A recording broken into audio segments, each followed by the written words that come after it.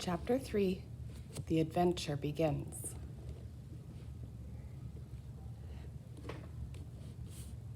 Penny was the first to knock on the playhouse door. She would pretend that the Polliwog was going to open it, and then she would open it herself and let the others in.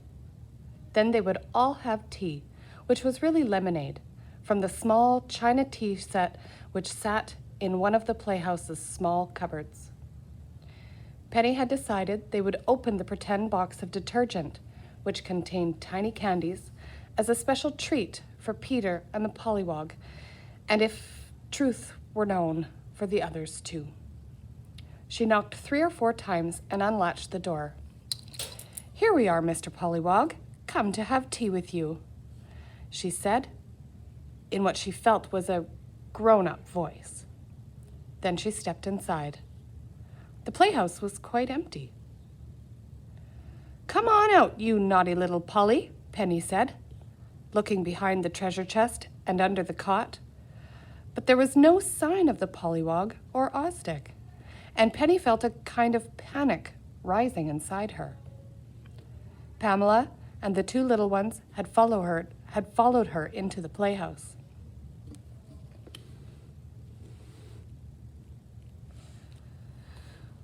"Where's Polly?" Pamela asked. "I don't know," said Penny, and Pamela could tell that she was on the point of tears. "Honest, Pam, I just don't know." "Polly's escaped! Polly's escaped!" cried Patsy in glee, hugging Peter, and the 2 began to jump up and down, shouting, "Polly's escaped!" "Oh, shut up, you 2, said Pamela crossly, for she realized the seriousness of it all. "Well," said Patsy, "I told you they made him vice president of the Escapers Club.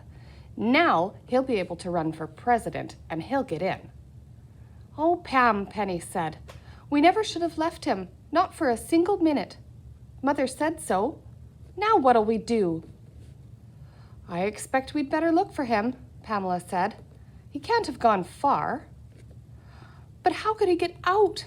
Penny said in a shrill voice. "He couldn't.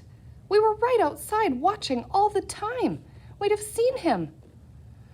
"I expect he went through the trapdoor," Pamela said, remembering something. "What trapdoor?" Penny said. "There isn't any trapdoor, and you know it." "Yes, there is," Pamela said stubbornly. "It's the one the little green man cut with his saw. It probably has hinges on it." Penny, who had been frantically running about the playhouse and peering under the stairs and looking out through the curtains and the door, stopped dead. "What are you talking about, Pam?" "When we were reading a while ago," said Pamela soberly, "I saw a little saw cut a trapdoor in the floor, right over there, and I saw a little green man open it and stare at me. Then he went away."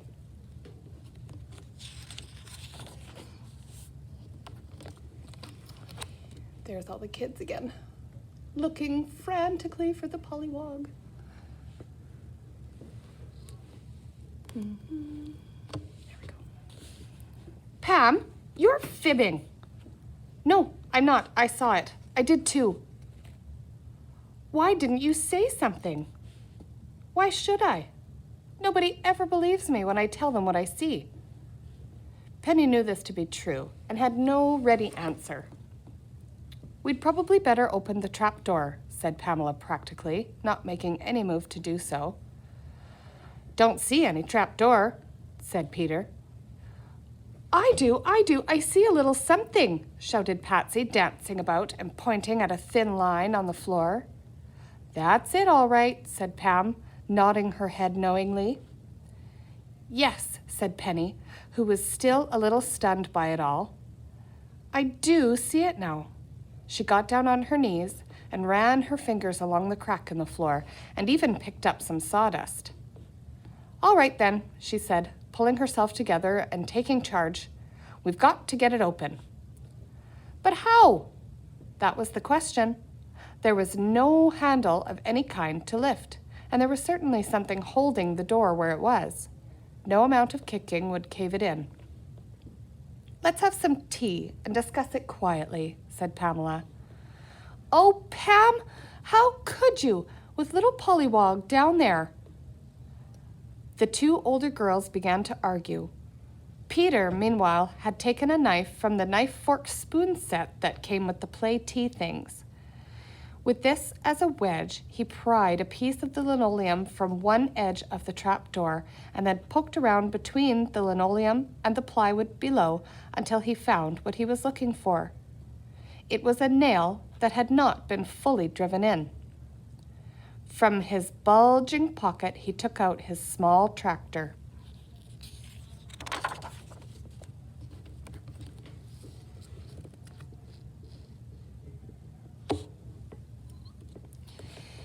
It had a length of string tied behind it with a loop on the end for pulling things. Peter hooked the loop around the nail head.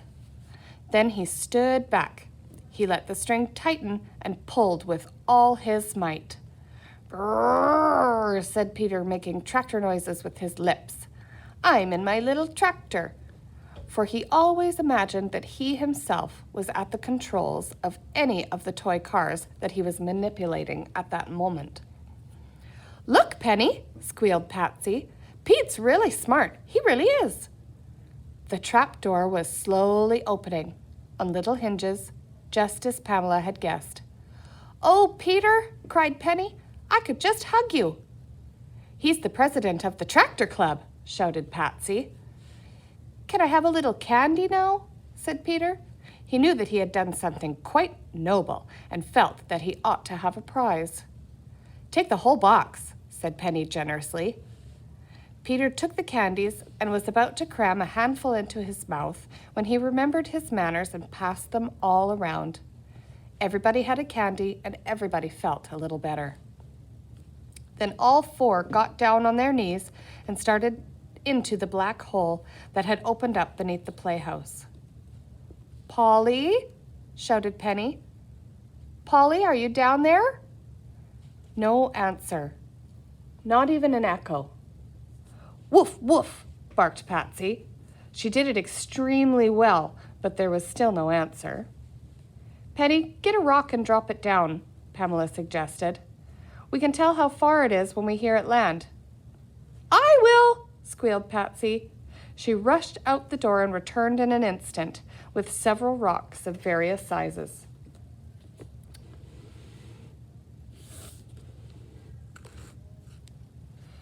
Oh, there's the little tractor on the string.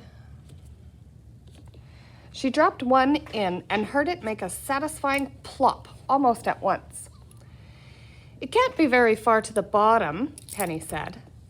"Pete, drop your tractor down on the string and see if you can feel anything." Peter unhooked his tractor from the nail on the trapdoor and suspended it into the gloom, reaching as far down as he could. "Touch something," he said. "Pull it up." Peter hauled the tractor up. It had sand on its wheels. "It can't be very far down," said Penny. "Somebody's going to have to go down there," said Pamela a little uncertainly. I will, squealed Patsy, who was known in the family as the volunteer. She had clambered halfway into the darkness when Penny pulled her back. "No, you won't, Patsy," she said firmly. "It's up to me."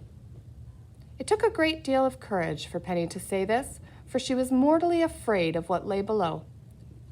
Pamela's story of the mysterious trapdoor and the strange little man who was colored green, the Polliwog's absolute disappearance, the darkness and the mystery, all these things terrified her.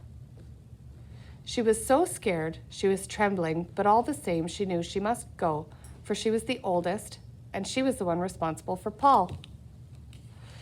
She would have to set an example to the other children who instinctively followed her lead. If anybody else was going to get swallowed up or captured by green people, then she would have to be the one. If she did not take the lead now, she knew she would be sorry for it all her life. "Yes, come on back, Patsy," said Pamela, understanding everything clearly. "Penny has to go."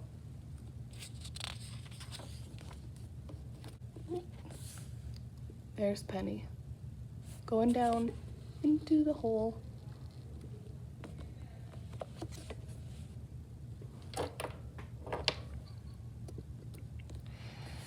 Penny swung herself over the side of the pit, holding on to the edge of the playhouse floor with her hands.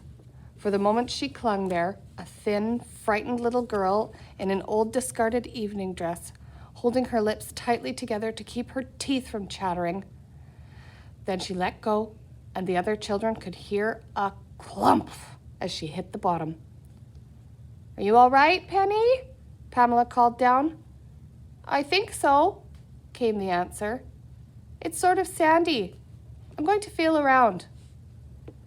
They could hear her moving around below in the darkness, and then they heard her voice, hollow in the gloom, call upward again in excitement. "There are little steps here. They go down. I'm going to follow them down." "Wait, Penny," Pamela called. "We'll all come. It'll be a lot safer." She could almost hear Penny thinking about this in the dark below. "All right then," Penny said, for she desperately wanted company.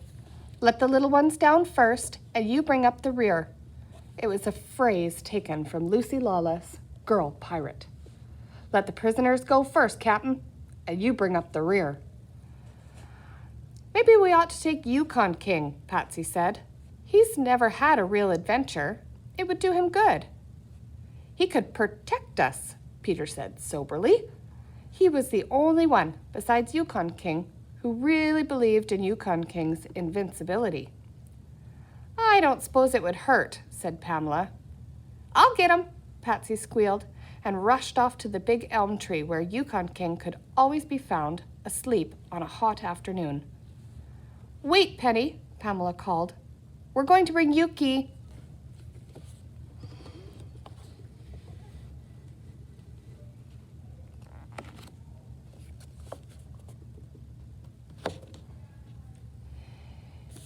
Yukon King, who very much disliked being called Yuki, was at that moment lying flat on his back with his tiny paws in the air, snarling in his sleep. He was redreaming an episode from Corporal Clancy of the Klondike, which he had seen on TV the previous Monday. He had just reached the part where Corporal Clancy, bound hand and foot by the Bonanza Bandit, is saved by his faithful and incredibly intelligent Malamute, played by Yukon King. Then Patsy woke him up by rolling him over. Yukon King bounded high into the air, and with his back to the tree, bared his teeth, preparing to meet all comers. Then he saw Patsy, dropped the roll of Malamute, and crawled up to her, wiggling his little behind. "Come on, Yukon King," said Patsy, being careful to address him formally because of the importance of the occasion. "We're going on an adventure, and you're going to protect us." The effect of this speech on the little dog was electric. He puffed out his tiny chest, raised his head in the air, and began to strut toward the playhouse, fairly bursting with pride. Patsy had been right. An adventure, any adventure, would do him good. "We'd best drop him down first," said Pamela as the two arrived back. She picked up Yukon King and held him over the abyss. He didn't like it a bit and was about to yelp in terror, but thought better of it. If he showed fear, they mightn't take him at all. Pamela dropped him, and Penny caught him in her arms, and Yukon King was so grateful to find a friend below that he slobbered all over her. "All right, Peter, over you go," said Pamela. "Wait," said Peter, retrieving his tractor and stuffing it in his pocket. Then he jumped down quickly, and Penny caught him. Patsy came next in an enthusiastic bound. "It's all so jalopy," she whispered to Peter, and the two hugged each other with excitement and delight. "Come on, Pam," Penny called, but Pamela was not to be hurried. Very slowly and very methodically, she closed the playhouse door. She looked about and picked up as many of the little boxes of candies as the pockets of her shorts would hold. Then she carefully slung herself over the edge and dropped down. The adventure had begun. And here's Pamela, shoving all the candies into her beautiful dress-up gown.